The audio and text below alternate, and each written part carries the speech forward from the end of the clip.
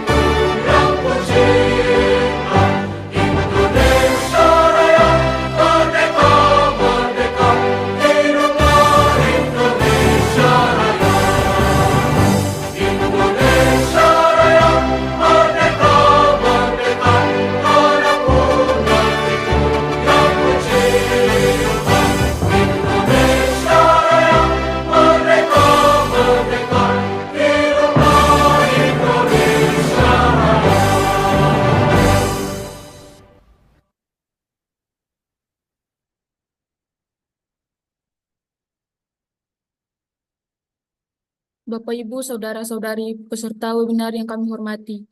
Selanjutnya, kita akan mendengarkan sambutan oleh Koordinator PSDKU Universitas Patimura, Kabupaten Maluku Barat Daya, Bapak Abraham Mariwi, SPD MSI, sekaligus membuka kegiatan webinar nasional di hari ini.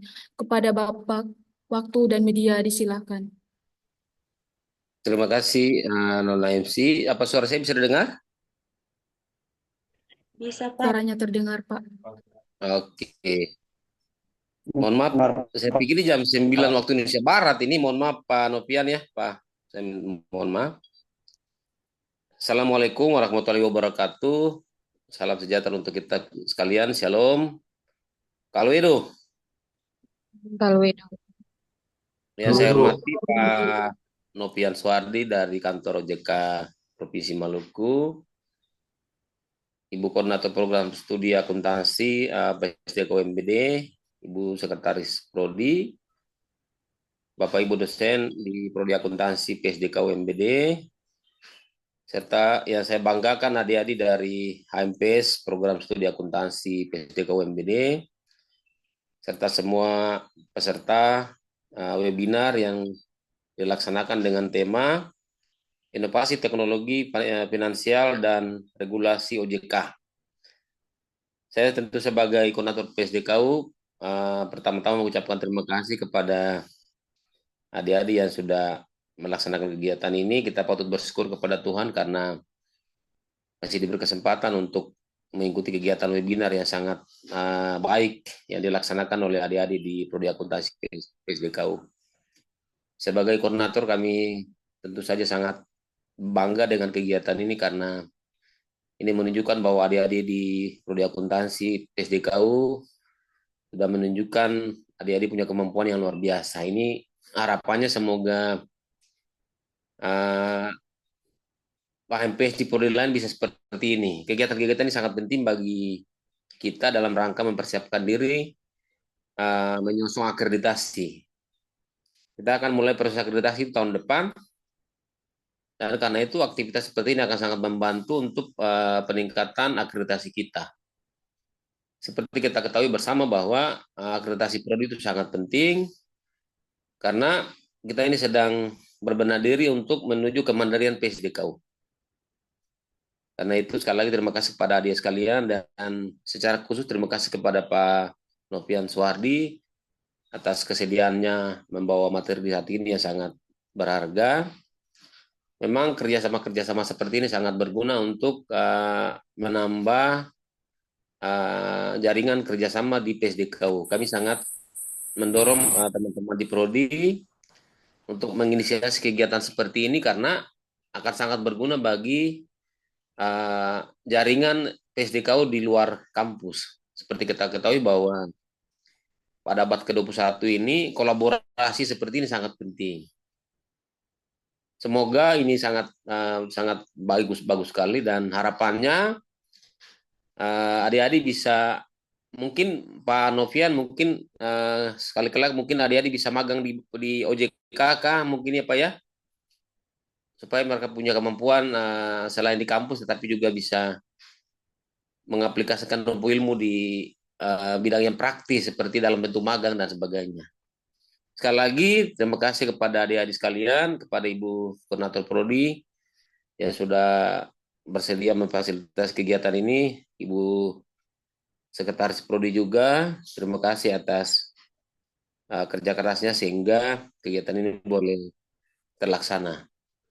Sekali lagi kami sangat mendukung kegiatan ini dan mengapresiasi kegiatan ini. Semoga bisa membawa manfaat bagi prodi akuntansi, tetapi juga secara umum bagi PSDKU di Kabupaten MBD. Terima kasih sekali lagi dan atas nama pimpinan PSDKU, saya Koordinator PSDKU MBD dengan ini membuka kegiatan webinar dengan tema Inovasi Teknologi Finansial dan Regulasi OJK secara resmi. Semoga Tuhan Yang Maha Kuasa akan selalu membimbing dan memberikan kekuatan kepada kita sehingga kita dapat mengikuti kegiatan ini secara baik. Mungkin itu, sekian dan terima kasih. Wassalamualaikum warahmatullahi wabarakatuh. Salam sejahtera untuk kita sekalian. Shalom. Kalau itu. Calvero. Nah, silakan Nona. Terima kasih kepada Bapak Abraham Mariwi yang telah memberikan sambutan sekaligus telah membuka kegiatan kita di hari ini. Bapak, Ibu, Saudara-saudari peserta webinar yang kami hormati, untuk mendasari kegiatan webinar di hari ini, maka kita akan mengawalinya dengan doa yang akan dipimpin oleh Saudari Magdalena Nanulaita. Kepada Saudari Magdalena Nanulaita, waktu dan media disilakan.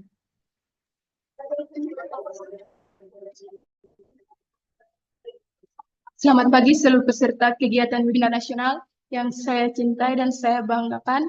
Dalam rangka kegiatan webinar yang akan dilaksanakan hari ini, marilah kita awali seluruh rangkaian kegiatan webinar dengan doa. Dan doa ini akan saya bawakan secara Kristiani. Mohon yang lain menyesuaikan.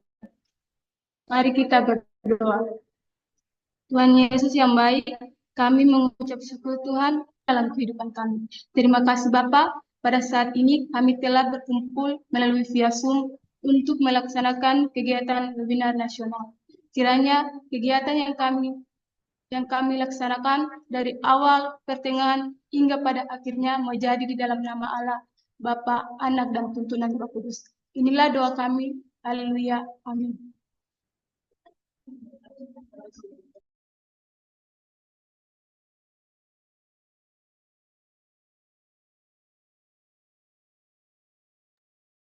Terima kasih kepada Saudari Magdalena yang sudah membawakan kita dalam doa.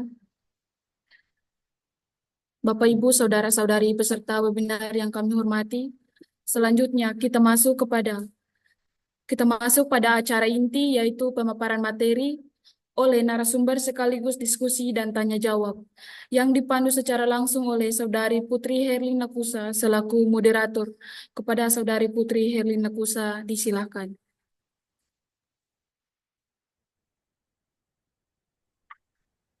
Ya, baik, terima kasih untuk MC atas waktu dan kesempatan yang telah diberikan kepada saya. Assalamualaikum. Om Swastiastu, Namo Buddhaya, Salam Kebajikan. Yang terhormat, Koordinator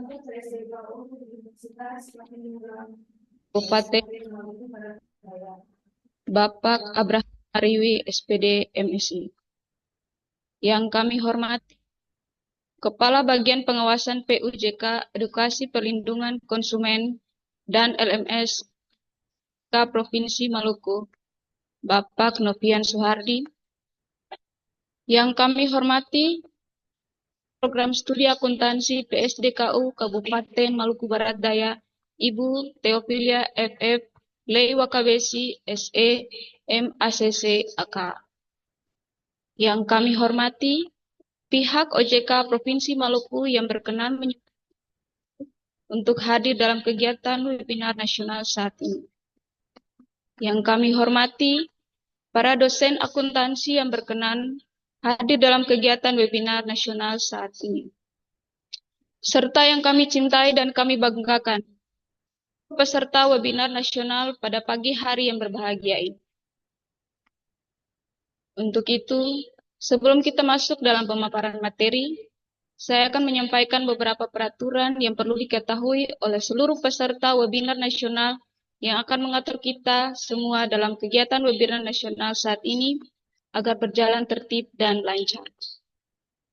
Yang pertama, peserta diwajibkan untuk mematikan dan mengaktifkan video selama proses penyampaian materi webinar berlangsung.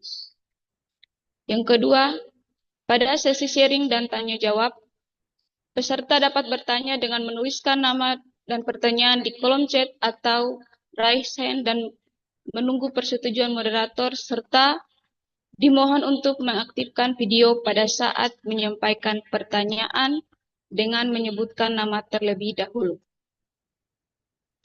Yang ketiga, sertifikat akan dibagikan bagi peserta yang mengikuti acara dari awal sampai berakhirnya webinar.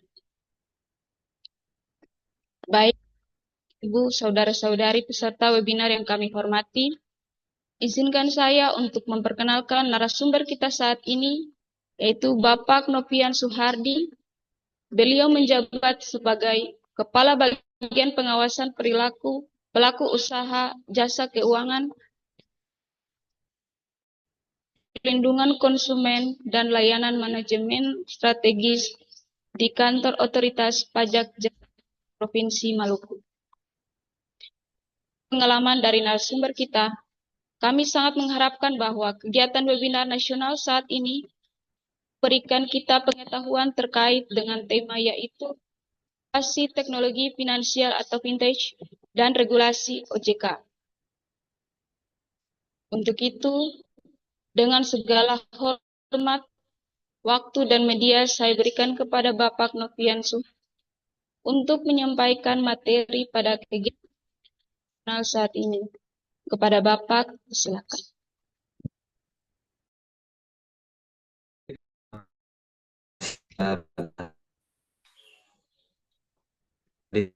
Moderator yang telah mempersilahkan kami untuk memulai pemaparan materi. Sebelumnya kami menyapa terlebih dahulu. Assalamualaikum warahmatullahi wabarakatuh. Selamat pagi untuk kita semua. Shalom. Bapak. Yang kami hormati Bapak Abraham Mariwi. Selamat pagi Bapak, selaku koordinator PSDKU Universitas Patimura di Maluku Barat Daya.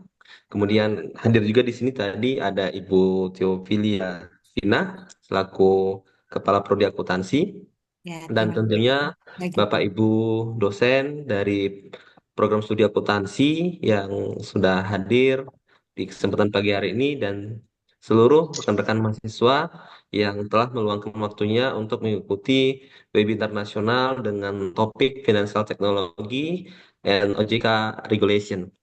Nah, kami dari kantor OJK Provinsi Maluku tentu sangat bangga dan berterima kasih kepada Pak Abraham Mariwi, Ibu Tufilia, dan Bapak Ibu dosen semua karena telah diberikan kesempatan untuk sharing di kesempatan ini. Dan ini menjadi sebuah hal yang sangat berharga bagi kami karena tentu mahasiswa-mahasiswa akuntansi ini adalah insan-insan akademik yang nantinya kami harapkan bisa kemudian memahami dan lebih mengetahui tentang apa itu financial technology dan seperti apa regulasi yang ada di OJK. Apa yang bisa didiseminasi atau disebarluaskan kembali oleh teman-teman dari mahasiswa akuntansi untuk tidak hanya menambah pemahaman secara akademik, tapi juga menjadi informasi-informasi yang berharga ke depannya yang bisa nanti disampaikan kepada teman-teman ataupun keluarga ataupun masyarakat yang ada di sekitar. Eh, untuk mengawali pemaparan ini, kami hanya apa ya, katakanlah menyampaikan dari dua aspek saja karena ini memang kaitannya dengan financial teknologi dan regulasi OJK. Jadi kami akan cerita mengenai seperti apa itu financial teknologi dan bagaimana kemudian regulasi OJK terkait dengan financial teknologi yang ada di Indonesia ini. Nah, sebelumnya seperti biasa, tentu kami ingin memperkenalkan diri terlebih dahulu. Tadi sudah disebutkan oleh moderator, disapa juga oleh Pak Abraham Mariwi. Perkenalkan teman-teman mahasiswa, saya Novian Suhardi, Novian. Saya saat ini menjabat sebagai Kepala Bagian Pengawasan PEPK LMS di kantor OJK Provinsi Maluku. Nah, jadi kalau terkait dengan apa namanya magang atau apa, memang di bagian kita yang mengurusinya tadi sudah disinggung oleh Pak Abraham dan kami juga sudah apa namanya bekerja sama dengan kementerian juga. Jadi kalau teman-teman ada yang berminat untuk magang ke OJK juga bisa mengikuti program Kampus Merdeka. Dan saat ini juga di OJK Maluku sudah sedang berlangsung program magang Kampus Merdeka itu ada 2 mahasiswa yang sedang magang saat ini di kantor OJK Provinsi Maluku dan tidak menutup kemungkinan teman-teman mahasiswa nantinya bisa ikut magang di OJK Maluku dan memang ada beberapa mekanisme dan persyaratan nanti bisa ditempuh, nanti bisa teman-teman mahasiswa pelajari dan tentunya ada asesmen juga yang nanti kita lalui, ada proses wawancara dan ada tes tertulis dan itu sebagai paling tidak sebagai persyaratan yang harus dilalui karena memang Pak Abraham cukup banyak nih ternyata animo mahasiswa yang ingin magang ke kantor OJK sehingga memang perlu ada proses seleksi yang kita lakukan karena kita kuotanya hanya terbatas gitu. Jadi kita tidak banyak dalam 1 tahun itu hanya dibatasi 5 kalau saya tidak salah itu untuk yang program magang di kantor OJK Maluku. Nah, Terima kasih. selanjutnya eh, kami sih berharap nanti ada teman-teman di sini yang akan magang Pak di kantor OJK Maluku karena kami sangat senang ya ada putra-putri Maluku yang nantinya bisa ikut magang dan banyak pengalaman yang bisa kita sharing nantinya dan tentu mendapat apa juga informasi-informasi teman-temannya seperti apa sih bekerja di kantor OJK Provinsi Maluku. Yang kami salah satu yang kami selalu banggakan itu untuk di OJK. Jadi kalau nanti teman-teman magang, teman-teman bisa berkantor di salah satu gedung kantor dengan view paling indah, Pak, di Kota Ambon. Mantap. Dan memang gedung kita ini menjadi satu-satunya gedung kantor yang memiliki sertifikasi Green Building yang ada di Kota Ambon. Jadi memang secara gedung kantor kita sudah sangat layak dan kami juga sangat senang nantinya kalau ada teman-teman yang bisa magang di kantor kita di OJK Maluku. Baik, kita langsung masuk ya, teman-teman mahasiswa. Berbicara mengenai financial teknologi, ini sebenarnya bukan hal yang baru ya, karena memang kalau kita bicara terkait dengan teknologi, ini sebenarnya saat ini itu kita sudah sangat familiar sekali. Dan bahkan kalau kita lihat dari sisi penggunaan internet yang ada di Indonesia saat ini ya, yang data yang kami peroleh, itu terus mengalami peningkatan dan kenaikan dari sisi pengguna internet. Barangkali dari teman-teman yang share screen bisa digeser atau digerakkan agar teman-teman masih peserta juga bisa melihat. Nah, ini eh, agak tertutup ya. Nah, ini jadi saat ini kalau kalau kita lihat dari data yang dikumpulkan dari kementerian bahwa kalau eh, secara pengguna informasi teknologi lah katakanlah ya dalam hal ini pengguna apa namanya akses internet yang ada di Indonesia itu sudah mencapai angka 185,3 juta. Tapi ini memang ada yang katakanlah ada orang yang punya 2 atau 3, tapi paling tidak ini penetrasinya sudah luar biasa. Jadi kalau dibandingkan dengan jumlah jumlah penduduk sendiri itu coveragenya sudah di atas 90%. Jadi sudah di atas 90% masyarakat di Indonesia ini sudah kenal yang namanya informasi teknologi. Jadi memang penetrasi, akselerasi dari penggunaan teknologi informasi melalui internet ini sudah sangat besar. Dan bahkan masyarakat itu sudah sangat familiar sekali dengan yang namanya media sosial. Jadi saya juga yakin tidak ada teman-teman mahasiswa di sini yang tidak ada media sosialnya, begitu. Betul ya, pasti pasti sudah punya semua, entah itu Facebook, entah itu Instagram. Nah, kebetulan kita untuk OJK Maluku itu kita punya alamat Instagram itu di OJK_Maluku. Nanti teman-teman juga bisa follow, bisa direct message DM ke OJK Maluku. Kalau memang ada hal-hal yang perlu ditanyakan atau dalami lebih lebih jauh, karena kebetulan kita dari tim PPK LMS itu juga merupakan admin dari Instagramnya OJK Maluku. Nah, eh, media sosial ini juga banyak mempengaruhi apa ya, kehidupan kita saat ini. Jadi memang untuk penggalian informasi, kemudian juga untuk keseharian, kita sudah sangat familiar sekali dengan yang namanya Google, sehingga ada istilah googling yang sering kita lakukan.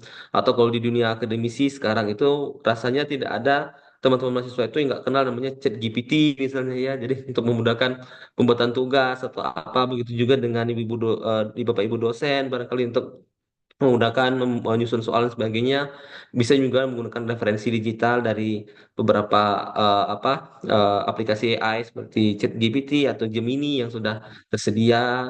Dan kemudian juga yang paling banyak kita miliki saat ini contohnya adalah WhatsApp ya. WhatsApp, kemudian ada TikTok yang tentu sudah sangat familiar sekali di apa di generasi-generasi di masyarakat Indonesia.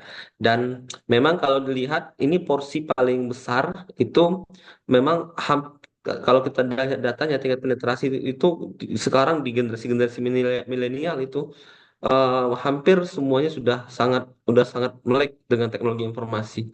Jadi dari generasi-generasi Gen Z ini, dari generasi milenial milenial ini, itu di atas 90% itu sudah kenal namanya informasi teknologi, termasuk berarti ya teman-teman yang ada di sini juga ya, milenial, Gen Z, itu sudah sangat familiar dengan teknologi informasi. Nah, jadi ini sudah sangat tepat rasanya Prodi Akuntansi menggelar webinar dengan tema financial teknologi dan regulasinya OJK agar lebih punya pemahaman terkait dengan seperti apa sih fenomena fintech yang ada di Indonesia saat ini ataupun yang ada saat ini di secara global. Nah, eh, beberapa beberapa beberapa perkembangan yang terjadi saat ini terutama dari sisi penggunaan teknologi informasi juga terkait dengan keuangan, kita itu mengenal yang namanya e-commerce ya. Jadi ini sudah sangat familiar sekali. E-commerce ini adalah apa sebuah metode atau sebuah jembatan, sebuah platform untuk jual beli online. Jadi misalnya kayak seperti Shopee atau Tokopedia gitu ya. Jadi ini sudah sangat familiar sekali dan ini menjadi salah satu yang menyebabkan penetrasi atau katakanlah akselerasi penggunaan dari teknologi keuangan atau financial teknologi itu juga semakin meningkat. Karena dengan adanya e-commerce yang sangat kencang sekali saat ini di masyarakat, di tengah-tengah masyarakat, maka itu secara otomatis juga mempengaruhi pola keuangan masyarakat gitu. Rasanya di peserta yang ada saat ini, entah itu dari Bapak Ibu dosen ataupun rekan-rekan mahasiswa, pasti di handphonenya, di gadgetnya masing-masing itu adalah entah itu Shopee, entah itu Tokopedia gitu ya. Karena kita sudah sangat familiar untuk belanja-belanja online. Nah, belanja-belanja online ini juga mengakibatkan ini juga berdampak kepada penggunaan teknologi digitalnya. Karena apa teknologi keuangan secara digital? Karena kenapa? Karena untuk kita melakukan pembayaran, kita pasti harus top up, katakanlah top up entah itu GoPay, entah itu OVO, entah itu ShopeePay gitu-gitu ya. Atau mungkin dengan rekening bank ataupun dompet-dompet digital lain seperti Dana dan sebagainya. Nah, itu yang kemudian juga mengakselerasi penggunaan finansial teknologi yang ada di tengah-tengah masyarakat. Jadi kalau kita lihat manfaat dari fintech ini sudah sungguh sangat luar biasa. Jadi membantu perkembangan baru di bidang startup teknologi. Jadi bukan hanya dari sisi kita memudahkan masyarakat untuk bertransaksi, tapi juga banyak akhirnya memudahkan para pengusaha-pengusaha baru yang muncul dengan hanya berbekal kamar, kemudian live di di mana begitu. Nah, itu dia kemudian bisa bertransaksi. Jadi memang mempunyai dampak lah, pengaruh kepada perekonomian yang ada di masyarakat saat ini, dan kita juga apalagi di perkotaan itu sudah sangat familiar, dan bahkan kalau kita lihat fenomenanya ada beberapa pusat-pusat perbelanjaan konvensional, mall-mall gitu yang kurang bisa adaptif dengan kondisi dan beku dan minim tenan-tenan yang baik atau yang memadai di mall tersebut. Akhirnya mall itu tutup gitu, karena masyarakat juga sudah banyak memilih untuk berbelanja secara online karena mudah sekali, tinggal pilih, tinggal klik klik klik, dan mungkin 2-3 hari kemudian barangnya sampai gitu. Nah, ini ya fenomena teknologi keuangan digital yang saat ini ada di masyarakat, dan mungkin kita rasakan dan kita juga alami ke kondisinya saat ini. Nah, dan memang secara global kalau kita lihat industri fintech ini terus berkembang ya, terus berkembang dan mendukung ketertiban masyarakat dan pebisnis di seluruh dunia. Jadi bukan hanya di Indonesia saja, tapi juga berkembang ke seluruh dunia, sehingga tidak jarang kita transaksi-transaksi keuangan itu untuk membeli barang, kita kalau tidak ada barang itu di Indonesia, kita juga bisa beli barang itu dari luar negeri hanya dengan menggunakan akses teknologi informasi dan transaksi keuangan digital gitu ya. Jadi memang fleksibilitas itulah yang menjadi kunci kenapa fintech ini kemudian sangat berkembang di masyarakat, dan kemudian sangat berpengaruh kepada kehidupan ekonomi di masyarakat secara keseluruhan. Dan ini memang harus segera direspon, dan respon ini juga dilakukan oleh para pelaku-pelaku usaha jasa keuangan, entah itu perbankan, entah itu asuransi, entah itu pegadaian. Jadi mereka saat ini berlomba-lomba untuk menciptakan aplikasi-aplikasi super app yang mereka miliki, misalnya mobile banking atau apa begitu, untuk memudahkan masyarakat itu dalam menggunakan. Bahkan BPJS sekalipun itu memiliki entah itu BPJS Kesehatan, BPJS Ketenagakerjaan, itu sudah mewajibkan ya, katakanlah para pengguna-penggunanya itu untuk menggunakan aplikasi yang ada di handphone, sehingga untuk pendaftaran, katakanlah untuk pendaftaran ke apa ke rumah sakit ataupun ke klinik misalnya untuk BPJS Kesehatan, kita cukup mendaftar itu melalui gadget kita gitu. Nah, perlu Bapak Ibu ketahui, OJK sebagai lembaga otoritas pengawas yang ada di Indonesia saat ini di sektor keuangan, kita itu memang mengawasi eh, 3 hal ya. Jadi baik perbankan, industri keuangan non-bank, dan pasar modal. Kalau perbankan ya tentu bank-bank yang ada di Indonesia, IKNB.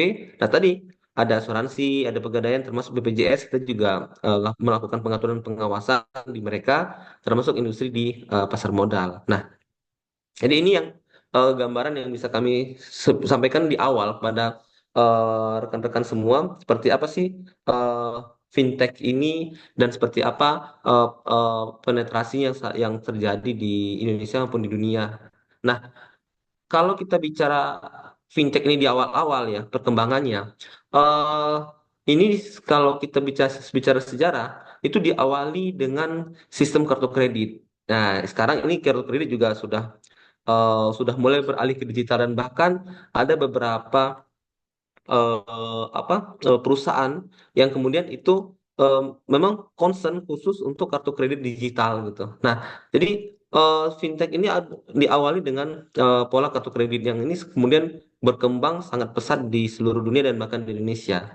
Nah, jadi kartu kredit itu jadi orang diberikan plafon ya, diberikan plafon. Jadi misalnya ibu kata teman kita Putri misalnya selaku moderator yang kita saat ini, itu oleh bank dipercayakan plafon tertentu, katakanlah 20 juta, yang itu kemudian dia bisa gunakan dengan menggesek kartunya. Itulah kartu kredit ya. Jadi eh, dan dia akan eh, bisa menggunakan maksimal di plafonnya tadi 20 juta. Jadi kalau plafon itu belum habis, masih bisa digunakan buat belanja apa saja. Tapi nanti kita punya kewajiban setiap bulannya untuk membayar. Dan idealnya kalau kartu kredit ini sebaiknya berapa yang kita gunakan, seberapa itu juga yang harus kita bayarkan. Tapi terkadang untuk memudahkan dari kartu kredit sendiri itu dari total penggunaan itu hanya 5% saja kalau saat ini ya, 5% saja yang bisa kita.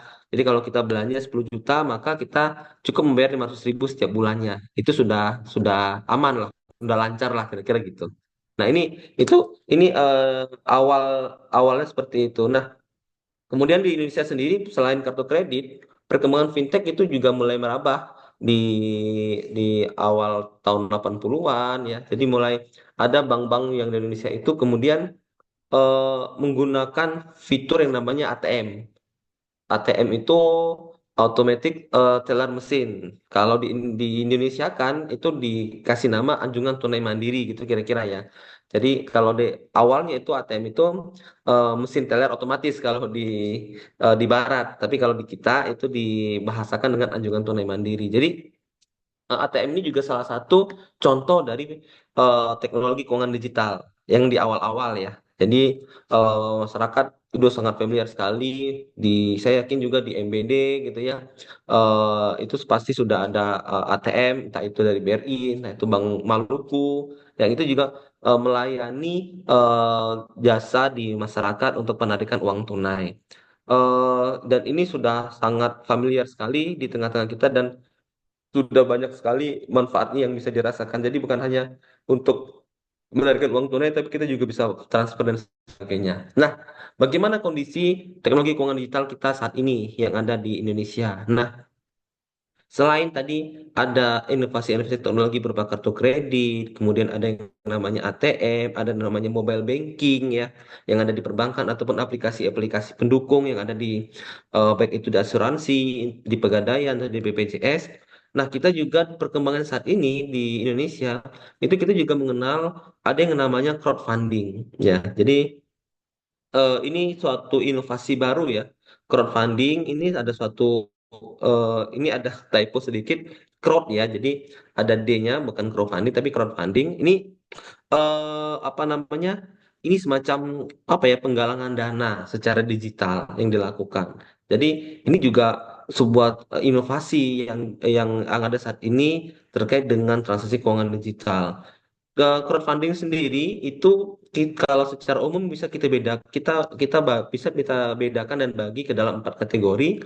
Ada yang berbasis donasi, ada yang berbasis penghargaan atau reward, ada yang berbasis hutang, ada juga yang berbasis modal gitu ya. Nah, kalau berbasis donasi ini mungkin teman-teman pernah apa namanya dengar ada pengumpulan dana atau penghimpunan dana untuk mendonasikan kepada orang-orang yang membutuhkan atau ke proyek-proyek tertentu, rumah ibadah dan sebagainya. Misalnya kalau ini kan salah satu yang paling sering muncul di beranda-beranda, misalnya contohnya Kita Bisa gitu. Nah, ini juga bentuk dari crowdfunding ya. Jadi mereka mengumpulkan dana di masyarakat, tapi untuk keperluan donasi. Jadi membiayai proyek-proyek non-profit, entah itu membangun panti asuhan, entah membangun sekolah, membangun rumah ibadah, ataupun membantu perorangan yang kesusahan, yang mengalami kesulitan. Terus ada juga yang dia pengumpulan dana, tapi dia berbasis untuk memberikan apresiasi atau reward lah.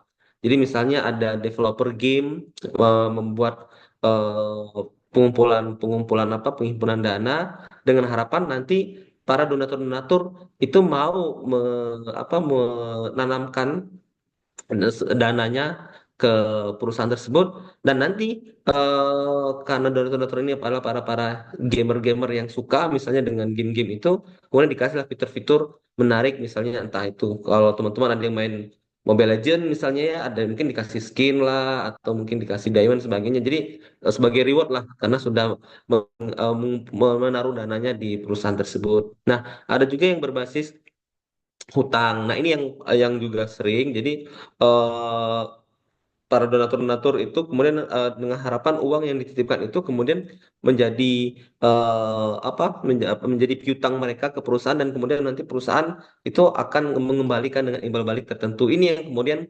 eh, yang kemudian dioperasionalkan ini menjadi bisnis lah saat ini yang ada di Indonesia dan juga ada berbasis modal. Kalau tadi dengan harapan mendapat pengembalian dana dengan ditambah ada bunga tertentu. Nah, kalau untuk equity ini dia lebih ke bentuk saham, jadi kepemilikan. Jadi ketika kita menghimpun dana kita, menyerahkan dana kita ke perusahaan yang melakukan equity crowdfunding, maka dengan harapan nanti kita bisa menjadi pemilik dari usaha tersebut. Nah, kelebihannya apa? Nanti pada saat ada pembagian dividen ya, nah kita kan dapat gitu. Dan tentunya aksi-aksi korporasi, keuntungan-keuntungan yang diperoleh dari usaha tersebut nanti kita akan peroleh karena kita adalah pemilik dari perusahaan begitu ya. Eh, Kami lanjutkan. Ini kira-kira kita diberi waktu berapa menit ya, moderator? Masih ada waktu kita berapa menit lagi? Masih ada waktu, Pak. Masih ada waktu ya, bebas ya, baiklah. Kami lanjutkan. Nah, kemudian juga apa namanya? eh Kita saat ini juga untuk eh, teknologi digital itu juga merambah kepada microfinancing ya. Jadi layanan-layanan fintech ini juga menyediakan layanan untuk masyarakat menengah ke bawah. Jadi pembiayaan-pembiayaan, pendanaan-pendanaan skala mikro yang itu kemudian untuk peruntukan bisnis-bisnis yang mereka itu agak sulit ke bank. Jadi kita katakanlah saya punya bisnis kecil-kecilan, apa katakanlah rumah makan, tapi kemudian saya butuh dana, tapi kemudian saya untuk mengajukan ke banknya karena ini benar-benar bisnis eh, rintisan. Nah itu kemudian apa namanya? eh, kalau kita ke bank itu ya, kita kan harus ada laporan keuangan dulu, harus harus katakanlah usahanya itu dari minimal 1 atau 2 tahun. Nah, kalau di di usaha-usaha baru seperti ini kan kita mereka tuh belum bisa itu mengajukan pembiayaan ke bank. Nah, maka kemudian itu ada namanya layanan microfinancing yang kemudian itu membantu. Nah, itu kemudian di teknologi keuangan digital ditangkaplah prospek ini untuk kemudian dibuat yang namanya peer-to-peer lending. Jadi ada perusahaan yang nantinya itu menjadi jembatan. Jadi seperti halnya e-commerce ya. Jadi perusahaan itu tidak memberikan pinjaman, tapi dia hanya menjembatani. Jadi menjembatani dari orang-orang yang merasa bahwa proposal bisnis dari usaha rumah makan tadi yang saya contohkan itu menarik dan bisa berkembang ke depannya. Jadi dia kemudian menaruh dananya gitu, meminjamkan dananya untuk kemudian digunakan oleh rumah makan tadi. Jadi perusahaan itu berada di tengah, tapi bukan perusahaan itu yang memberikan pinjaman, tapi dia hanya mengumpulkan orang-orang yang membutuhkan. eh, Kemudian orang-orang itu membuat proposal dan proposal itu yang diberikan nantinya kepada para calon-calon debitur lah, orang-orang yang punya dana untuk berinvestasi di usaha-usaha rintisan tadi. Nah, itu. Nah, jadi dari microfinancing itu nanti dampaknya tadi eh, apa Ibu Nitya, jadi langsung ke apa namanya dia efeknya ke peer to peer lending. Nah, ini yang kemudian dikelola oleh OJK. Jadi memang secara secara keuangan digital itu, kalau tadi kita bicara crowdfunding, kita bicara kemudian ada peer-to-peer lending service ini. Nah, ini semuanya berada di naungan OJK. Nah, kami ingin sampaikan kepada teman-teman semua bahwa untuk keuangan digital itu tidak hanya dari sisi pinjam meminjam uang atau katakanlah investasi, tapi juga seperti yang tadi kami sempat singgung di awal, ada yang namanya sistem pembayaran. Jadi misalnya kayak OVO gitu ya, ada Shopee Pay. Nah, itu dia masuk ke layanan sistem pembayaran. Nah, perlu kami sampaikan di kesempatan ini bahwa untuk otoritas sistem pembayaran yang ada di Indonesia itu berada di Bank Indonesia, adanya di Bank Indonesia. Jadi mungkin ke depan sebagai sebagai apa ya sebagai tambahan saja kepada eh, Bapak Ibu dosen atau mungkin dari program studi, ada baiknya ketika membuat kegiatan terkait dengan financial teknologi itu juga bisa mengundang teman-teman dari Bank Indonesia. Jadi karena kita OJK itu lebih berbicara mengenai financial teknologi yang berada di konteks investasi, pinjam-pinjam uang dan sebagainya. Tapi kalau untuk sistem pembayaran itu ada di teman-teman Bank Indonesia. Jadi misalnya untuk GoPay, untuk OVO, untuk Dana, nah itu semuanya di Bank Indonesia. Tapi kalau pay later itu adanya di OJK gitu. Bisa di bisa dipahami ya teman-teman mahasiswa. Jadi kalau terkait dengan penggunaan uang-uang digital itu adanya di Bank Indonesia. Dompet-dompet digital tadi ya. ShopeePay, OVO, Dana gitu. Nah, tapi kalau ada pay later-nya, itu nanti OJK yang menjadi pengawasnya, menjadi otoritasnya. Jadi makanya memang dalam beberapa kesempatan kita dan Bank Indonesia kalau ketika bicara finansial teknologi itu menjadi dua dua lembaga yang tidak terpisahkan. Kan biasanya kita tuh langsung duduk secara bersama-sama karena eh, kita bicaranya secara komprehensif. Teman-teman BI bicara di sistem pembayaran dan kita dari OJK dari sisi layanan pinjam meminjam dan kemudian dari sisi investasinya. Itu dari konteks layanan keuangan digital ya, teknologi keuangan digital. Jadi ini bisa menjadi masukan juga ke Bapak Ibu dosen. Jadi ke depannya kalau ada kegiatan serupa itu juga bisa melibatkan teman-teman dari Bank Indonesia sehingga view-nya, pemahamannya juga bisa jauh lebih luas. Konteks kami sebenarnya bisa saja kami menyampaikan, tapi mungkin tidak terlalu dalam ya, karena memang untuk pengaturan dan mekanisme sistem pembayaran itu ada di teman-teman di Bank Indonesia. Di slide berikutnya ini penjelasan dari slide berikutnya. Jadi kalau kita bicara fintech dari sisi layanan instrumen investasi, instrumen pinjam meminjam, itu memang berada di kita di OJK. Tapi kalau untuk digital payment systemnya itu bisa untuk digital payment systemnya itu adanya di teman-teman di Bank Indonesia. Jadi ada QR, GPI itu kan punya produk QR ya, kris ya. Jadi ada produk krisnya, terus ada dompet digital dan sebagainya, virtual account dan sebagainya itu memang BI lah yang punya otoritas ke sana. Tapi untuk yang layanan instrumen investasi, pinjam minjam uang, nah itu di kita yang ada di OJK untuk teknologi keuangan digital. Nah, lantas, eh, seperti apa sih regulasi yang diterapkan oleh OJK? Nah, OJK sendiri terkait dengan teknologi keuangan digital ini memang sudah diberikan kewenangan oleh negara melalui Undang-Undang P2SK yang tahun apa yang tahun ini sudah disahkan ya melalui Undang-Undang Nomor 4 tahun 2023. Jadi dan kita sudah menerbitkan juga Peraturan OJK Nomor 3 tahun 2024 jadi tentang penyelenggaraan inovasi teknologi sektor keuangan. Jadi undang-undang OJK itu yang kalau Bapak Ibu ketahui atau teman-teman mahasiswa ketahui, kita itu dibentuk melalui Undang-Undang Nomor 21 tahun 2011. Itu cikal bakal awal pembentukannya OJK. Jadi eh, kenapa OJK berdiri, apa yang melatar belakanginya, kemudian apa menjadi tujuan, fungsi dan tugas dari OJK untuk di awal itu sudah dirumuskan di tahun 2011 melalui Undang-Undang Nomor 21. Nah, dalam perkembangannya ternyata banyak hal-hal baru yang terjadi yang perlu mendapat perhatian juga oleh oleh pemerintah dan itu kemudian diamanahkan ke OJK kewenangannya. Nah, akhirnya tahun lalu di tahun 2023 disusunlah sebuah undang-undang baru yang bernama Undang-Undang tentang Pengembangan dan Penguatan Sektor Keuangan, Undang-Undang Nomor 4 tahun 2023. Di sana OJK diberikan kewenangan-kewenangan tambahan dan diberikan perluasan-perluasan fungsi untuk dari sisi pengaturan dan pengawasannya. Jadi selain kita mengatur dan mengawasi industri perbankan, non-bank dan pasar modal, dengan adanya undang-undang tersebut kita juga diberikan kewenangan untuk mengawasi yang namanya eh, koperasi. Nah, tapi kalau koperasi yang kita awasi mulai tahun 2025 nanti, di tahun depan, itu adalah koperasi-koperasi yang sistemnya open loop ya. Jadi koperasi-koperasi itu, kalau dia hanya menerima simpanan dan kemudian menyalurkan pinjaman dari dan untuk anggota saja, itu tidak. Tapi kalau dia menerima simpanan dan memberikan pinjaman kepada bukan anggota, maka dia itu menjadi pengawasannya OJK.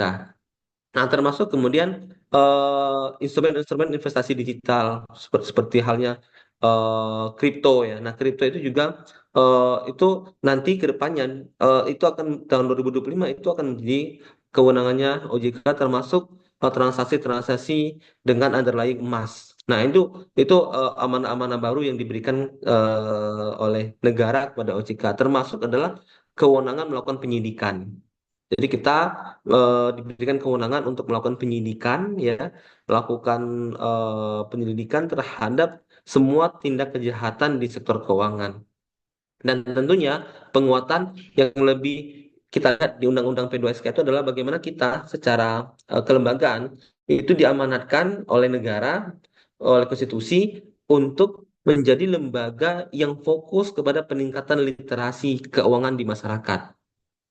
Apa itu literasi keuangan? Literasi keuangan itu adalah seperti kita yang lakukan saat ini adalah upaya-upaya untuk meningkatkan pemahaman, pengetahuan, sehingga masyarakat jauh lebih cerdas mengetahui bagaimana kemudian bertransaksi dan menggunakan instrumen-instrumen keuangan yang ada. Nah, salah satu yang saat ini menjadi sorotan oleh pemerintah dan media itu adalah mengenai pinjaman online. Nah, perlu kami garis bawahi bahwa pinjaman online di Indonesia itu resmi, Bapak Ibu ya. Ketika perusahaan pinjaman online itu mengajukan izin ke OJK. Jadi ketika pinjaman online itu berizin dari OJK, maka dia itu boleh. Jadi di negara Indonesia yang namanya pinjol itu diperbolehkan. Tapi yang tidak boleh itu adalah ketika pinjolnya itu tidak memiliki izin dari OJK. Makanya muncul yang namanya pinjol ilegal. Nah, yang banyak meresahkan di masyarakat. Jadi misalnya kita tiba-tiba dapat WhatsApp dari orang lain yang mengatakan bahwa teman kita, keluarga kita, atau kenalan kita, tetangga kita itu punya pinjaman. Nah, itu biasanya dia menggunakan eh, pinjol-pinjol ilegal yang tidak berizin di OJK. Karena kenapa? Karena kalau kita di OJK, pinjaman online, perusahaan pinjaman online yang berizin di OJK itu, kita sudah atur sedemikian rupa eh, apa saja hal-hal yang boleh mereka lakukan, terutama terkait dengan akses ke gadget ya, akses ke handphone. Nah, kalau yang berizin dari OJK resmi, itu dia hanya tiga aspek saja di handphone nasabahnya. Jadi kamera itu penting ya karena untuk merekam ataupun memotret calon nasabahnya sehingga tahu yang minjam misalnya Putri wajahnya seperti apa, orangnya bagaimana dan mencocokkan dengan kartu identitasnya. Kemudian selain kamera juga ada yang namanya mikrofon. Jadi eh, untuk merekam, untuk bisa berbicara langsung dengan calon nasabahnya, nah itu diatur ya. Dan terakhir adalah location. Jadi lokasi di handphone kita itu bisa mereka akses untuk apa? Untuk mereka bisa memantau mana sih keberadaan nasabahnya. Dia bukan bukan hanya di itu, tapi dia juga bisa masuk ke hal-hal lain. Contoh ke galeri ya, sehingga kadang ada foto-foto pribadi tersebar gitu ya. Bisa masuk juga ke kontak sehingga mereka mengetahui siapa saja orang-orang yang ada di kontak handphone kita sehingga itu yang kemudian di WhatsApp ataupun di telepon ataupun di SMS. Nah, jadi hati-hati, silakan pinjaman online, pinjol kalau teman-teman memang lagi butuh dan sebagainya, tapi pastikan bahwa pinjolnya itu adalah yang resmi terdaftar di OJK dan ingat teman-teman harus punya keyakinan bahwa teman-teman itu bisa membayar. Karena ya otomatis ketika sudah pinjaman online, sudah pinjol, maka sudah pasti kita tercatat punya pinjaman di perusahaan tersebut dan perusahaan tersebut sudah pasti punya kewenangan untuk menagih gitu loh. Nah, ini perlu hati-hati. Jadi pinjamlah sesuai dengan kebutuhan dan bayarlah sesuai dengan waktu yang sudah ditentukan. Nah, ini pesan kami karena nanti akan sulit bagi teman-teman ketika eh, ingin punya usaha atau nanti ke depan tiba-tiba jadi PNS atau jadi pegawai di lembaga mana gitu terus pengen minjem uang kan ingin punya rumah atau pengen punya lahan atau punya tanah gitu itu nggak bisa karena kenapa? Karena sekali kita sudah macet nih, nah maka dia ada di kita itu ada sistem yang namanya SLIK, Sistem Layanan Informasi Keuangan. Jadi OJK itu menyediakan SLIK atau slip ya untuk menampilkan daftar riwayat pinjaman. Jadi kalau misalnya katakanlah Putri punya pernah pay letter di mana di Shopee, nggak bayar, nggak lunas, itu nanti muncul di slipnya. Dan suatu saat ketika Putri ingin merintis usaha, minjam ke bank, atau jadi pegawai, mau minjem uang untuk beli rumah atau katakanlah untuk beli kendaraan, itu nanti terblacklist dengan sendirinya. Karena kenapa, Mas? Karena masih punya pinjaman gitu. Ini makanya teman-teman harus hati-hati. Jadi silakan menggunakan pinjol, tapi pastikan pinjam sesuai kebutuhan dan lakukan pembayaran sesuai dengan waktu yang ditentukan dan jumlah yang telah disepakati. Nah, itu ya. Nah, dan juga salah satu yang meresahkan masyarakat saat ini terkait dengan teknologi dan dengan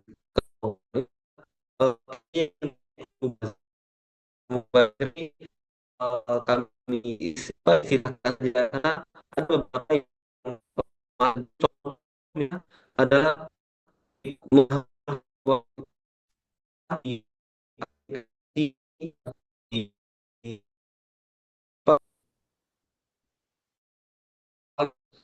di oh, tanpa Dan suara Bapak terputus-putus, Pak.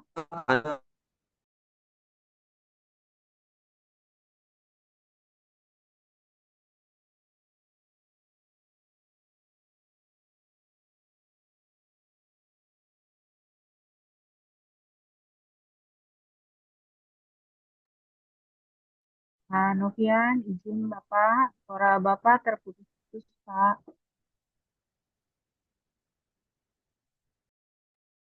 baik, apakah suara saya bisa didengar dengan jelas?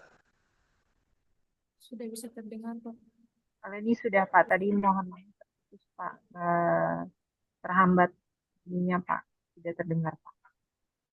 Saya lanjutkan tadi batas ini ya terkait dengan ekonomi mubazir ya di keuangan digital. Jadi contoh teman-teman punya aplikasi games misalnya, terus teman-teman memfoya-foyakan uang untuk top up di sana, beli apa ya katakanlah beli diamond lah atau apalah gitu ya, sehingga uang-uang sehingga uang yang teman-teman miliki yang seharusnya bisa digunakan untuk hal-hal yang produktif atau yang lebih bermanfaat itu malah disia-siakan hanya untuk bermain game saja. Atau yang diparahnya lagi, yang marak saat ini terjadi adalah main judi online. Nah, ini kami juga menghimbau, kita juga kemarin di apa di perayaan HUT Maluku ya di tanggal 19 Agustus bersama dengan Pak pemerintah daerah, Pak PJ Gubernur dan Pak Bupati itu sudah mencanangkan gerakan Maluku tolak judi online dan kami juga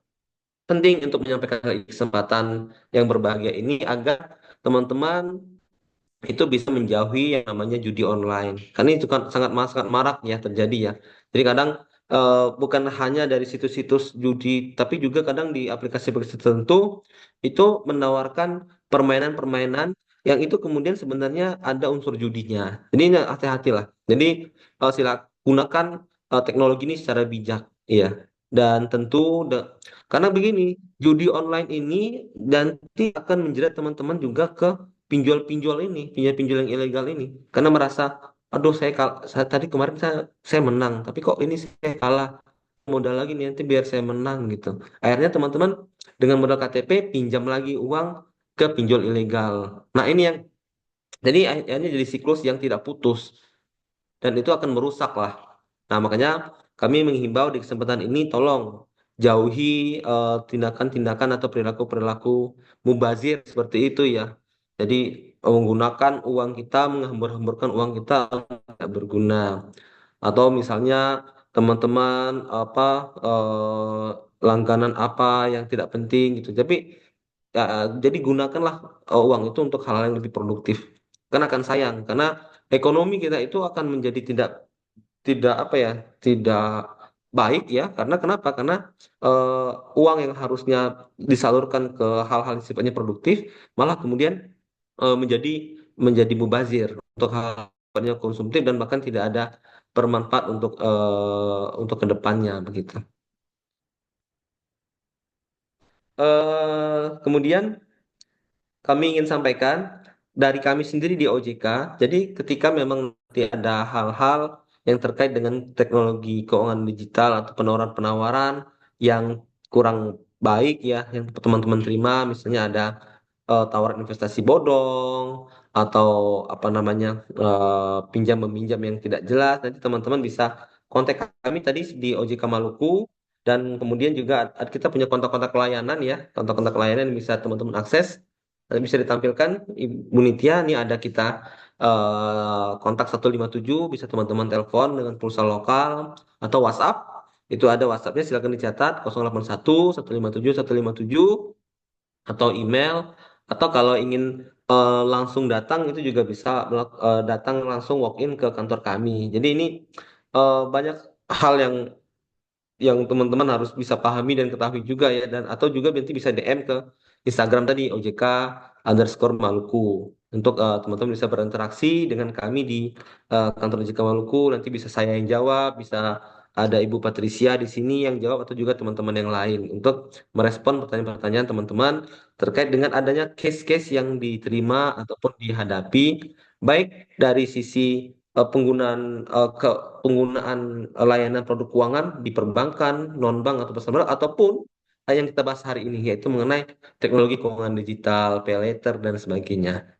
Kami rasa itu teman-teman Bapak Ibu semua, mohon maaf jika dalam penyampaian terlalu lama ataupun terlalu cepat.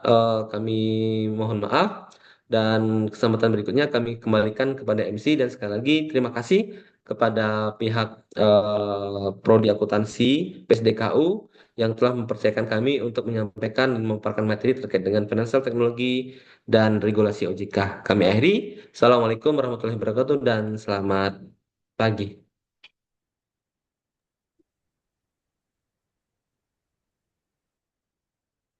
Ya, baik, terima kasih kepada Bapak Novian Suhardi yang telah memberikan materi untuk kita semua para peserta webinar nasional di saat ini.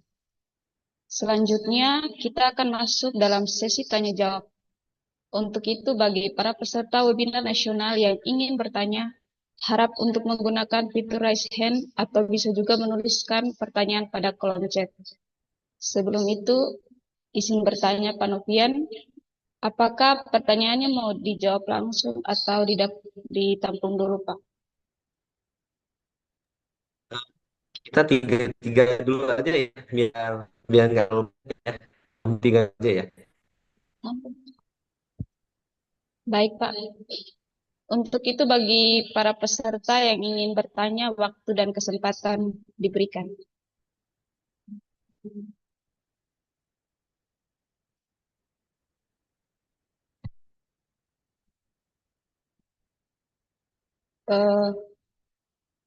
Magdalena Nanulaita, disilakan. Baik, terima kasih atas kesempatan yang diberikan kepada saya. Perkenalkan, nama saya Magdalena Nanulaita. Saya mahasiswa dari program studi akuntansi PSDKU Maluku Barat Daya. Di sini pertanyaan saya, bagaimana peran OJK melihat perkembangan vintage di daerah-daerah terluar seperti daerah Maluku Barat Daya dan langkah konkret yang dilakukan oleh OJK? Terima kasih. Ya, baik, terima kasih Magdalena. Untuk pertanyaan kedua, kepada Sikua Buamona, disilakan. Baik, terima kasih Kakak moderator.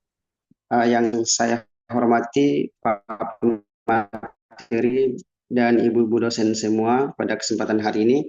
Nah, di sini pertanyaan saya terkait dengan OJK yang tadi Pak jelaskan bahwa saya masuk saja fokus pada dampak kebijakan fiskal terhadap sektor perpajakan perbankan atau perubahan iklim terhadap pelaporan keuangan perusahaan energi terhadap perkembangan teknologi sekarang dalam sistem pembayaran. Nah, apa saja tantangan utama yang dihadapi OJK dalam mengawasi sektor keuangan di tengah pertumbuhan ekonomi sekarang?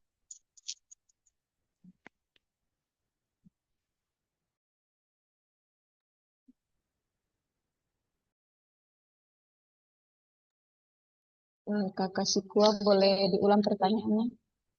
Pelan-pelan, Kak.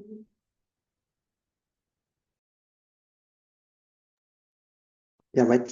Jadi pertanyaan saya terkait dengan OJK fokus pada dampak kebijakan fiskal terhadap sektor perpajakan atau perbankan, perubahan iklim terhadap pelaporan keuangan perusahaan. Nah, terhadap perkembangan teknologi sekarang dalam sistem pembayaran, dan apa saja tantangan utama yang dihadapi OJK dalam pembayaran.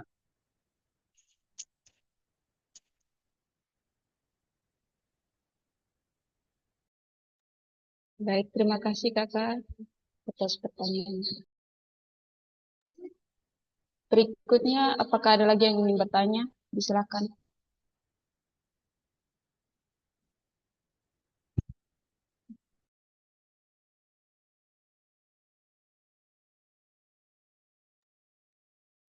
Untuk sementara hanya ada 2 pertanyaan.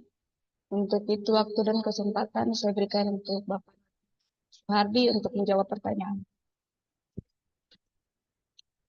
Untuk pertanyaan yang pertama, bagaimana peran OJK melihat perkembangan vintage di daerah-daerah terluar seperti daerah Maluku Barat Daya dan langkah konkret yang dilakukan oleh OJK? Silakan Pak. Baik, terima kasih untuk Magdalena atas pertanyaannya.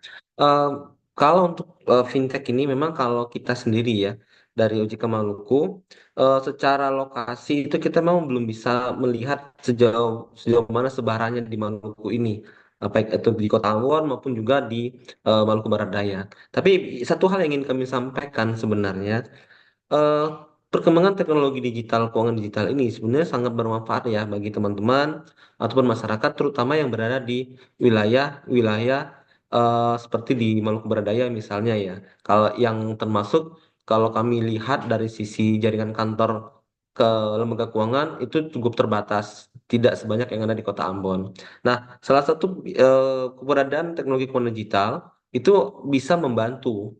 Tadi contohnya kami katakan ada peer-to-peer lending misalnya. Jadi para pengusaha-pengusaha rintisan, pengusaha UMKM baru yang berada di Maluku Barat Daya, ketika memang katakanlah melihat bahwa ini suatu hal yang prospek dan kemudian bisa ada perkembangan yang baik ke depannya, nah itu bisa saja mengajukan proposal ke perusahaan-perusahaan yang bergerak di peer-to-peer lending. Dan itu kemudian nanti mereka akan menyampaikan ataupun menyebarkan proposal tersebut kepada calon-calon investor yang nanti tertarik untuk menanamkan usahanya. Jadi sebenarnya keberadaan financial teknologi itu sangat memiliki manfaat dan peran strategis, terutama untuk daerah-daerah yang secara jaringan kantor lembaga keuangannya terbatas.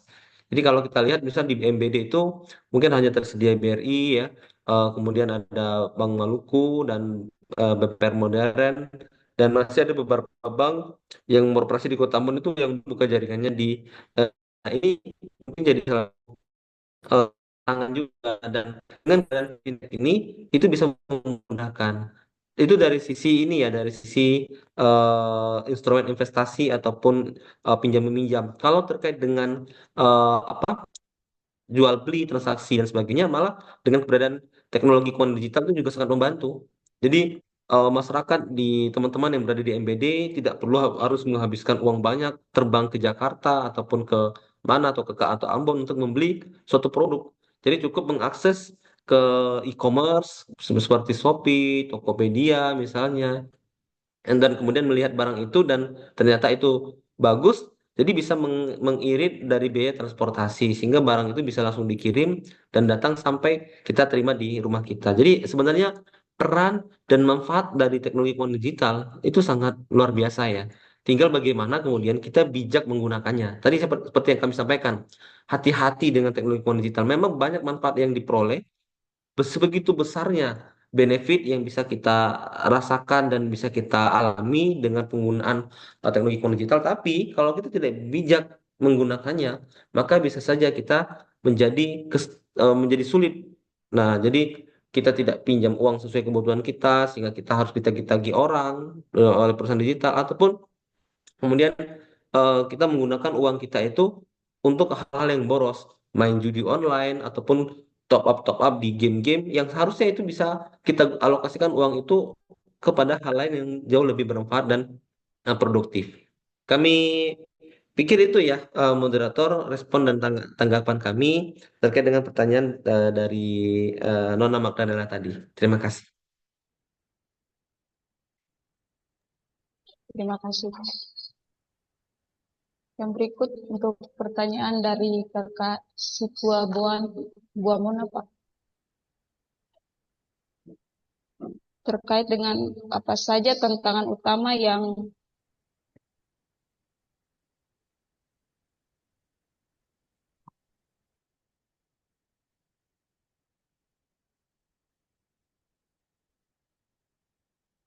Bagaimana?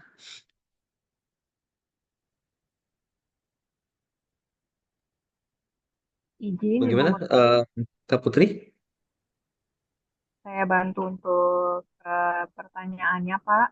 Ini pertanyaannya ini sudah disampaikan di chat box. Namun mungkin kita fokus untuk sebenarnya yang ditanyakan itu tantangan utama sebenarnya yang dihadapi OJK dalam mengawasi sektor keuangan di tengah pertumbuhan ekonomi di tahun 2024. Jadi ini juga mungkin izin meluruskan, Pak. Jadi pertanyaannya sebenarnya menjurus ke sektor perpajakan, tapi sektor perpajakan dan sektor perbankan itu sebenarnya dua hal yang berbeda, yaitu nanti akan dijelaskan Pak Nov ya. Izin membantu ya Bu Moderator untuk apa lebih ini ya ada ke Pak Nov ya. Terima kasih Bapak Ibu Moderator. Baik, terima kasih Ibu Patricia. Ibu Patricia salah satu apa analis junior, pengawas junior yang ada di kantor OJK Maluku. Terima kasih Ibu Patricia sudah membantu moderator tadi menjelaskan. Karena terus terang tadi saya ada kesulitan menangkap pertanyaan itu secara utuh karena tadi ada terputus karena jaringan. Baik, terkait dengan perpajakan ini apa Bu Sikwa ya yang tadi bertanya. Jadi itu dua hal yang berbeda ya. Benar tadi Bu Patricia sampaikan bahwa jadi kalau untuk keuangan yang ada di Indonesia ini secara keseluruhan ya, jadi sebenarnya kita itu dibagi-bagi ke tugas dan kewenangan. Untuk moneter dan sistem pembayaran. Jadi masalah inflasi ya, masalah pengedaran uang rupiah, kemudian masalah pembayaran digital. Nah, itu otoritasnya berada di Bank Indonesia. Oke, itu yang pertama ya. Kemudian terkait dengan perpajakan, penerimaan negara ya, itu otoritasnya jadi pengeluaran uang negara, penerimaan uang negara, kemudian perpajakan dan sebagainya, itu otoritasnya ada di Kementerian Keuangan. Jadi otoritas moneter dan sistem pembayaran di Bank Indonesia, otoritas fiskal itu ada di Kementerian Keuangan. Nah, itu. Nah, kemudian untuk kita di OJK itu otoritasnya adalah melakukan pengaturan dan pengawasan kepada lembaga-lembaga keuangan. Jadi kita itu berada di sub mikro prudensialnya. Nah, jadi itu yang menjadi tugas dan peran kita. Sehingga kalau kita kaitkan dengan perpajakan sebenarnya eh, kan lebih pas itu nanti pertanyaan disampaikan kepada pada pihak Kementerian Keuangan. Nah, kalau konteksnya dari sisi kami di OJK, kami hanya bisa menjawab begini. Eh, kita itu mendorong lembaga-lembaga keuangan menciptakan ekonomi-ekonomi produktif yang ada di masyarakat. Nah, dengan harapan apa? Ketika tercipta stimulus-stimulus ekonomi yang produktif di masyarakat melalui pinjaman dan pembiayaan yang diberikan oleh perbankan, misalnya melalui kredit usaha rakyat ataupun kredit-kredit yang sejenis, itu diharapkan ekonomi di masyarakat itu akan tumbuh. Nah, ketika pertumbuhan ekonomi terjadi, maka akan ada yang namanya konsumsi. Nah, hal-hal ini kemudian akan menggerakkan yang namanya roda perekonomian di suatu wilayah. Nah, ketika perekonomian itu bergerak, maka akan tumbuh dan menyebabkan masyarakat menjadi sejahtera. Peningkatan kesejahteraan masyarakat inilah yang kemudian akan berdampak kepada kemampuan masyarakat untuk membayar yang namanya pajak, gitu loh. Nah, inilah yang kemudian yang kita lakukan, kita dorong. Jadi kita mendorong bagaimana kemudian lembaga-lembaga keuangan tadi memiliki dampak nantinya mensejahterakan masyarakat sehingga secara tidak langsung itu akan meningkatkan penerimaan negara dengan peningkatan pendapatan yang diperoleh akan berdampak langsung kepada pajak yang nantinya akan diterima oleh negara, karena setiap masyarakat yang ada di Indonesia ini secara pendapatannya itu ada yang namanya pajak penghasilan, dan itu nantinya akan dipungut oleh negara. Dan dengan pajak yang meningkat, itu nantinya akan membantu pertumbuhan dari sisi infrastruktur. Karena pajak yang dibayarkan itu akan digunakan untuk pembangunan infrastruktur, jalan, jembatan, dan sebagainya. Jadi, eh, bagusnya tugas OJK kemudian dalam mengawasi dan mendorong lembaga keuangan, maka secara tidak langsung juga akan berdampak secara umum itu kepada perkembangan ekonomi secara keseluruhan di masyarakat. Bukan hanya di Indonesia secara umumnya, tapi khususnya juga di Maluku Barat Daya atau di MBD. Nah, lantas apa sih tantangan utama OJK saat ini? Ya, tentu ya, karena kita bicara teknologi, kita tidak pernah membayangkan dulu, mungkin 10 tahun yang lalu, kita tidak pernah membayangkan kita duduk saja di rumah dan kemudian makanan tiba gitu ya.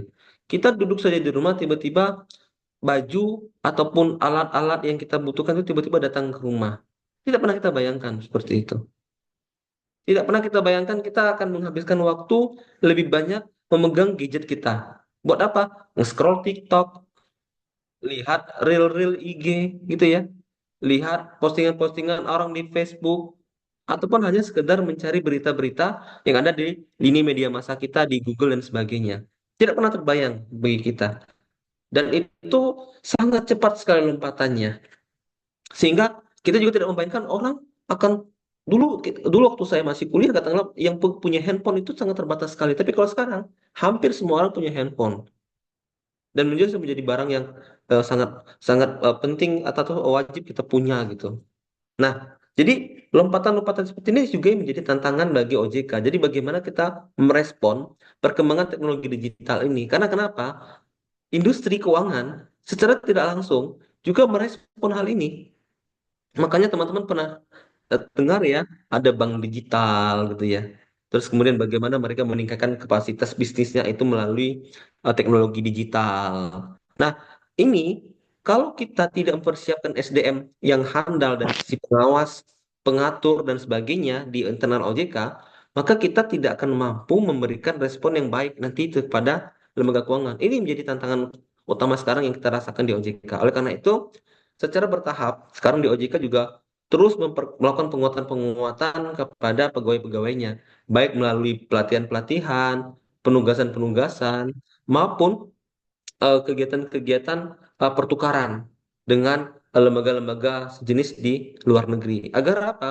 Agar eh, ada penguatan-penguatan yang terus secara kontinu dilakukan berkelanjutan, sehingga kita juga bisa memberikan respon yang baik terhadap perkembangan teknologi yang ada. Karena mau tidak mau, suka tidak suka, lembaga keuangan yang tidak merespon dengan baik perkembangan teknologi digital itu akan tenggelam dengan sendirinya.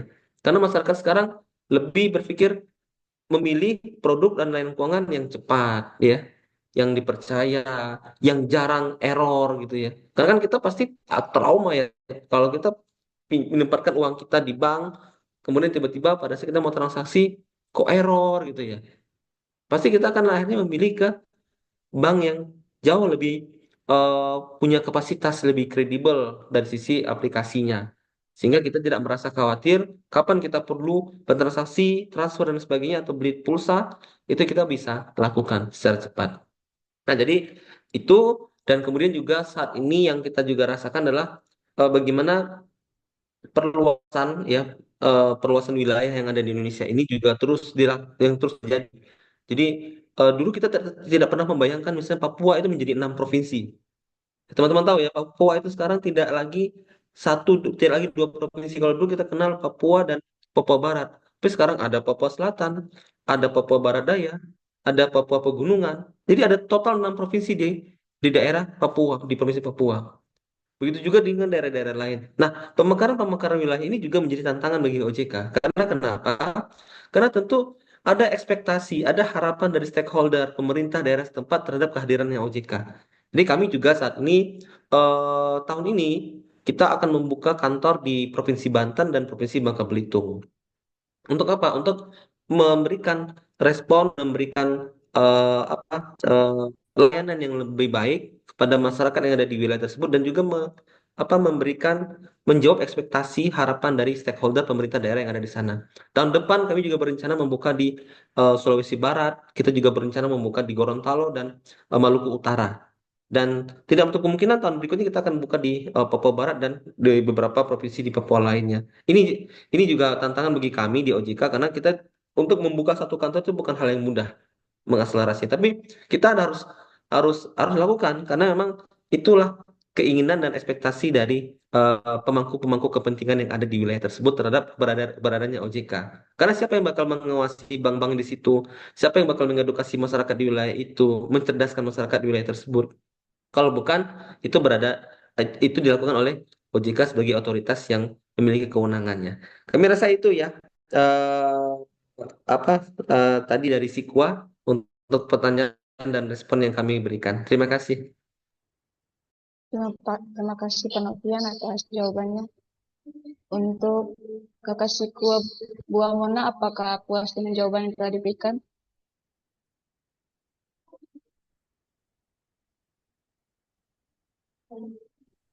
Ya, sudah, Kak.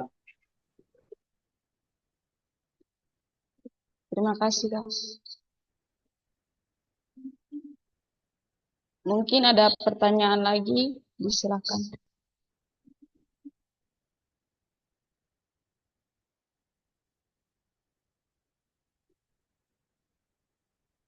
Ya baik, Pak, ada pertanyaan dari Nandito Iwamuni dengan pertanyaan, di era sekarang ini banyak masyarakat yang memainkan judi online. Ini sangat berpengaruh pada perkembangan ekonomi.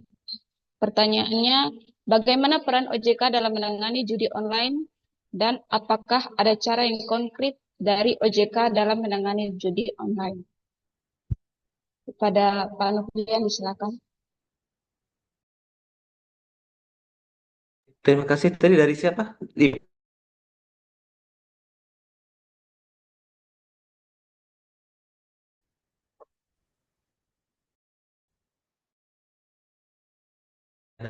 Baik. Ini pertanyaan dan itu nanti tadi yang kami sampaikan berkenaan dengan judi online. Nah, jadi eh, judi online ini salah satu yang kami lakukan dari OJK itu adalah online dan itu secara nasional di Provinsi Maluku sendiri kita termasuk salah satu inisiator untuk pencanangan gerakan Maluku Tolak Judi Online dan kita kemarin ini Bu Patricia itu salah satu konseptor yang menyusun surat edaran dari penjabat gubernur terkait dengan gerakan tolak judi online yang ada di Maluku. Jadi saat ini ada surat edaran yang sudah disampaikan oleh gubernur kepada seluruh bupati dan masyarakat di Maluku untuk menolak keberadaan judi online itu di Maluku. Nah, jadi itu peran-peran yang kami lakukan. Jadi dengan bersinergi kepada stakeholder dan tentunya ikut merumuskan langsung apa yang mesti kita lakukan terkait dengan apa kampanye-kampanye terkait dengan judi online. Bukan hanya itu, kami di setiap kesempatan edukasi yang dilakukan, seperti juga hal ini yang seperti juga di kesempatan ini ya, kita juga selalu menyisipkan untuk menghimbau masyarakat untuk menjauhi nama judi online. Jadi itu sudah jadi template bagi kami, sudah menjadi sesuatu yang wajib kami sampaikan bahwa kita harus mengedukasi masyarakat untuk tidak melakukan judi online gitu ya. Nah, lantas itu dari sisi edukasi ya. Nah, dari sisi preventifnya. Kemudian dari sisi kuratifnya seperti apa? Nah, kita bersama bersama kepolisian dan kemudian dari Kementerian Komunikasi dan Informasi ya, Kemenkominfo waktu itu yang sekarang sudah berubah nama ya, saya lupa namanya apa di kabinet yang baru ini.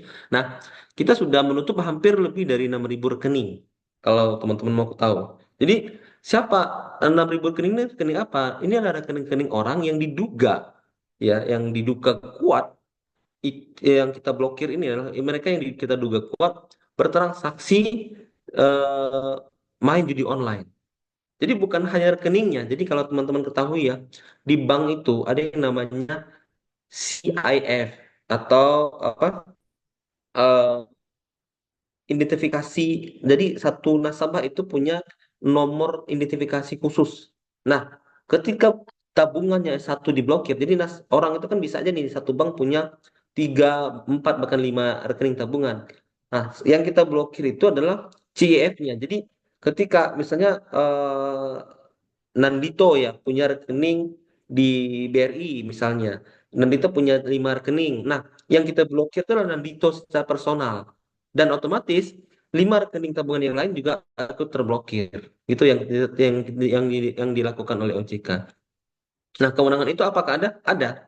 Kita punya kewenangan untuk melakukan hal tersebut. Oleh karenanya, itu salah satu langkah-langkah yang kita lakukan untuk judi online. Dan kita juga karena kalau dari Kemenkominfo mereka menutup situsnya, ya, kemudian dari kepolisian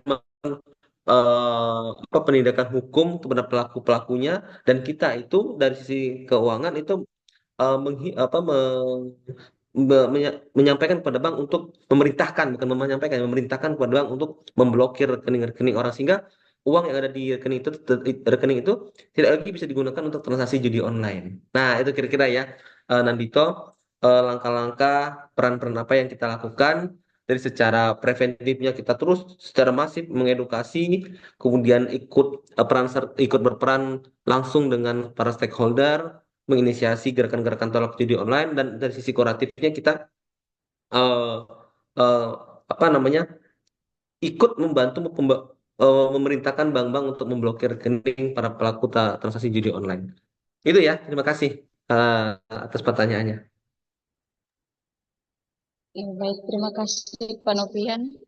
Untuk Saudara Nandito, apakah puas dengan jawabannya?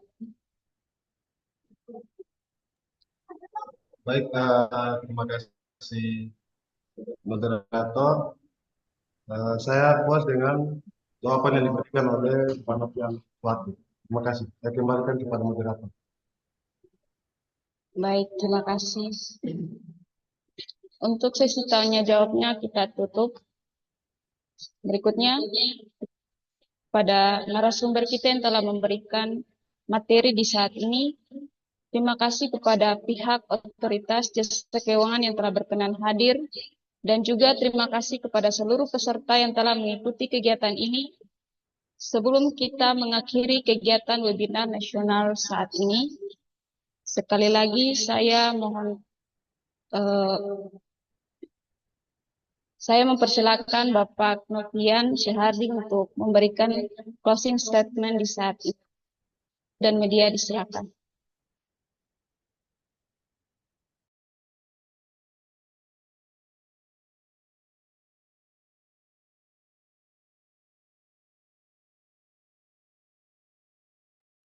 Permisi Pak.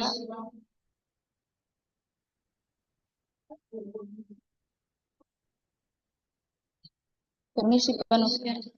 Iya, maaf tadi saya ada gangguan jaringan, dari hilang sinyalnya. Ya, kenapa?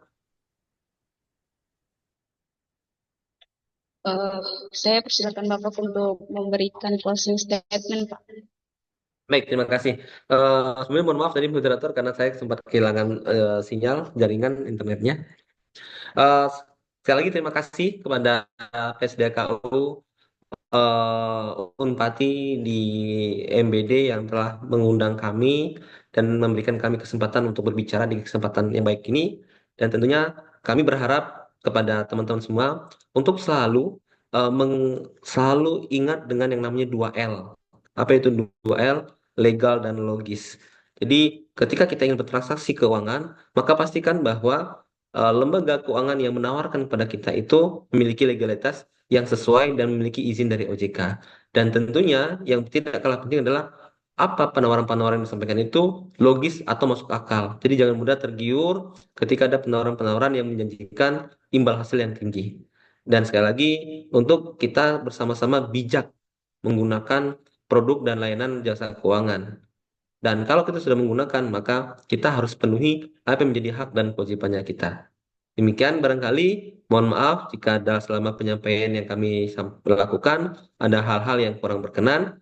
Dan sekali lagi kami ucapkan terima kasih kepada PSDKU dan seluruh panitia yang sudah terlibat di kesempatan pagi hari ini. Terima kasih. Terima kasih Pak Novian. Berikutnya, saya akan memberikan kesimpulan dari materi yang telah disampaikan. Kesimpulannya, vintage adalah inovasi pada industri jasa keuangan yang memanfaatkan teknologi.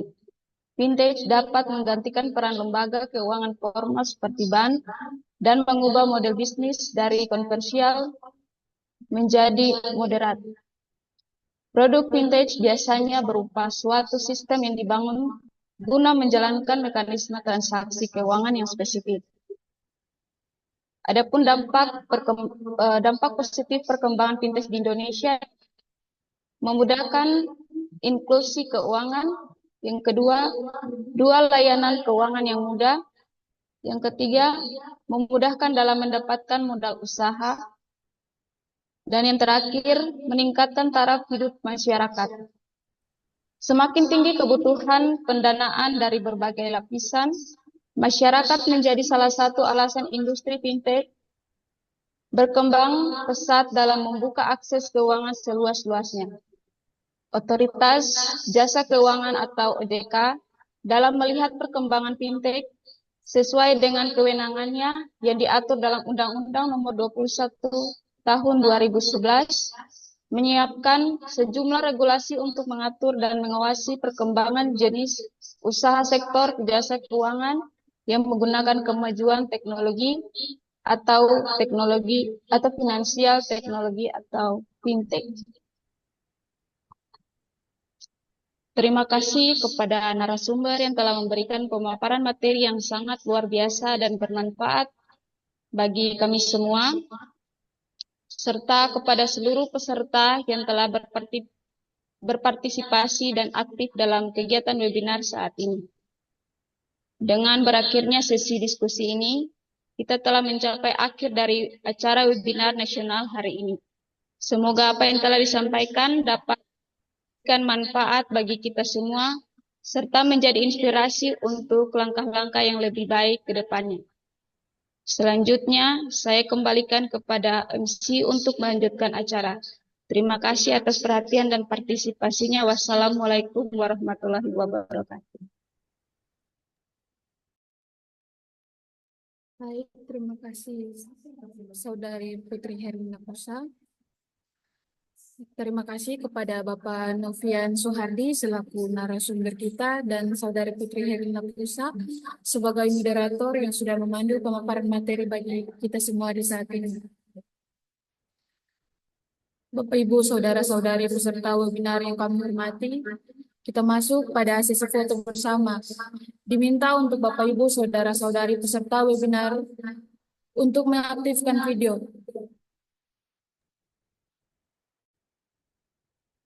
Pengambilan gambar diambil. 1, 2, 3.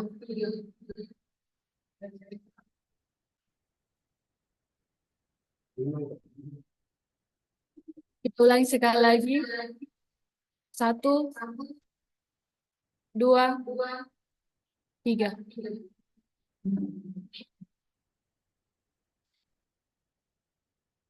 Saya mewakili panitia penyelenggara webinar nasional menyampaikan terima kasih kepada narasumber kita, Bapak Novian Soehardi dan pihak Otoritas Jasa Keuangan webinar hari ini.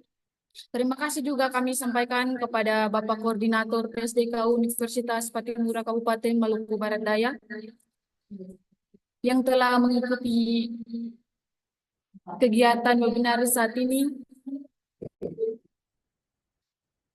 koordinator program studi akuntansi dan para dosen akuntansi, dan seluruh para peserta. Mohon maaf jika selama kegiatan ini berlangsung ada banyak kekurangan, dan semoga kegiatan ini memberikan manfaat yang sebesar-besarnya bagi kita semua. Akhir kata, wassalamualaikum warahmatullahi wabarakatuh. Salam sejahtera untuk kita semua. Kalwedo. Albedo. Alwedo. Alwedo. Alwedo, izin live ya. Terima kasih. Sama-sama, Pak. Sama Pak.